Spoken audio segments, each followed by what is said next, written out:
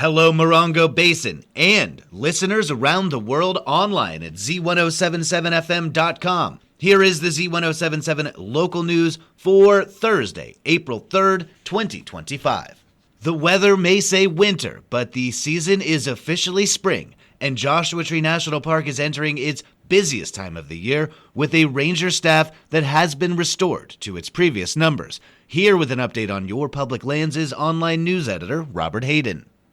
The 6 probationary rangers at Joshua Tree National Park that were part of the mass terminations that hit the NPS in mid-February have been confirmed to be back on the job, according to a source inside the park. The rangers were part of thousands of indiscriminate cuts across the Department of Interior, hitting most national parks as they ramped up to warmer weather and larger visitation numbers.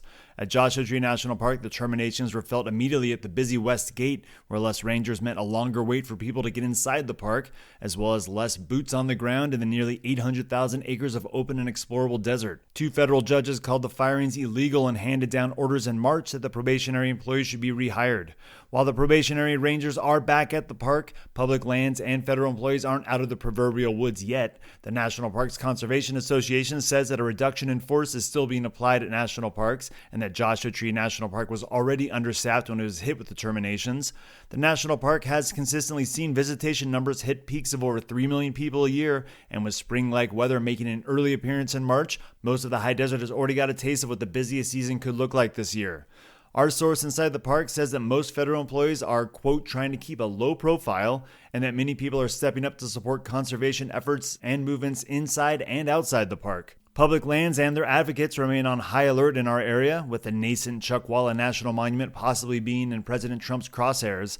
The over 600,000 acres of Coachella Valley land was designated as protected by President Biden in his final days in office, which kept it on the short list for retaliatory measures by the incoming administration. It was one of 2 California national monuments that briefly made an appearance on a fact sheet published by the administration, which has since been removed.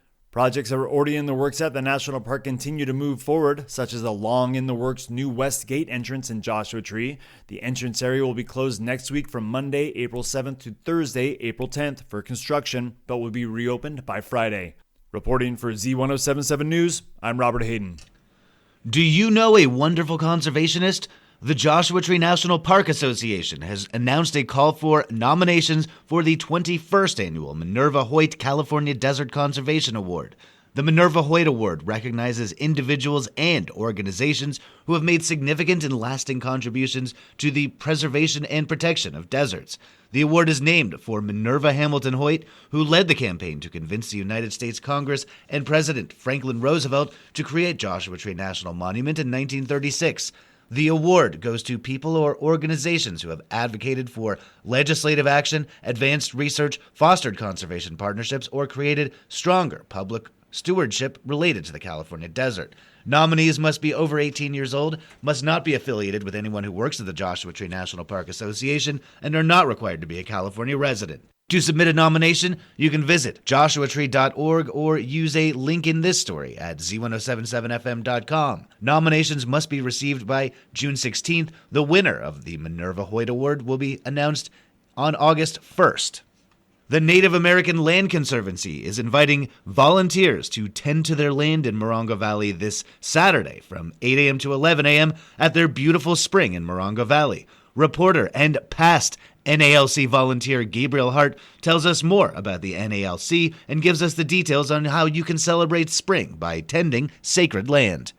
Founded in 1998, the NALC is a nonprofit organization dedicated to preserving sacred lands. It was formed by the leadership of several Southern California tribes, including the 29 Palms Band of Mission Indians, all with a mutual interest in conserving sacred sites not located on a native reservation. The NALC protects several sites within the region, including the Old Women Mountains Preserve and Coyote Hole. In addition to restoration, the NALC provides educational programs for Native American youth and the general public and collaborates with other conservation organizations to research the flora and fauna of sacred lands. This Saturday, the NALC will be taking volunteers to tend to their Shaded Creek area in Morongo Valley, formerly known as Sherman Shady Springs, before NALC took their sacred tribal land back last year, now called Hunat Pachpihaka, or Bears Water. Volunteers are encouraged to bring water, brimmed hats, and gloves, must sign up to volunteer and to receive directions to the site. To contact the NALC to volunteer, visit the link in this story at Z107.7 FM.com. Reporting for Z107.7, I'm Gabriel Hart. Joshua Tree-based journalist and documentary photographer Hillary Sloan will be the guest on the Z107.7 Up Close show with Gary Daigneault this Friday. She will talk about her new podcast and her adventures behind the camera in exotic parts of the world over the years. Find out more about Hillary Sloan and what brought her to our desert live tomorrow morning at 10 a.m. here on Z107.7 and as a podcast at Z107.7fm.com later on in the day. Author Barrett Baumgart will be having a reading and signing for his new book entitled Yuck this Saturday at High Desert Times in 29 Palms from 2 p.m. to 5 p.m. The book's title refers to Yucca brevifolia, also known as the Joshua Tree, and through prose poem, memoir, and cultural history, Baumgart exposes a darker history of the iconic tree back when it was considered a visual blight, even demonic, to early Los Angeles colonizers. Reporter Gabriel Hart chatted with Baumgart about the book Yuck and the attempted eradication of the tree in the late 1870s.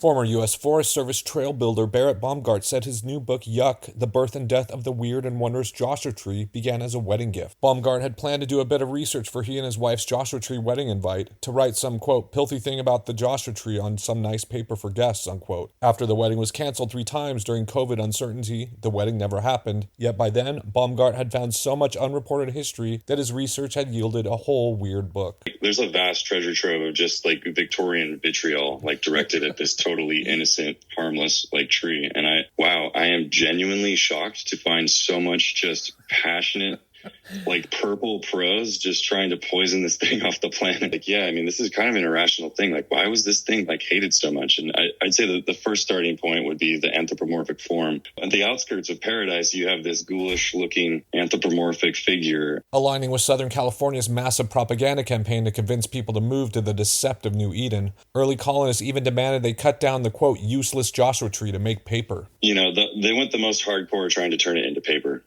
This while Southern California was rapidly expanding and in need of paper to advertise the climate paradise. So there's this whole kind of symbiotic, destructive advertising. Yeah. Yet even after all the effort comparing the Joshua to hellish elements, the anti-Joshua campaign wanted to chop it all down into firewood before finding the strong and fibrous tree wasn't even easy to burn. That's one of my favorite parts of the book is they're comparing it to Dante, the trees in the seventh circle of hell, the forest of suicides. It's called infernal, it's called demoniacal, it's demonic, it's sinister. Every word is deployed at this thing. And it's hilarious. I mean, the first part of the book I find to be pretty funny because it's just incessant, like loathing. And one of my favorite things is exactly what you said. It wouldn't even burn. You can't even burn the thing.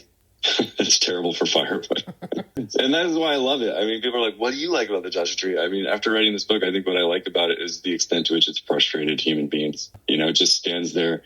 Who knows what it represents? What is it? And, you know, today it's the most, what is it a symbol of? It's generating a lot of people a lot of money. It's a symbol of something sacred, new age, authenticity, this location where there's something that has meaning.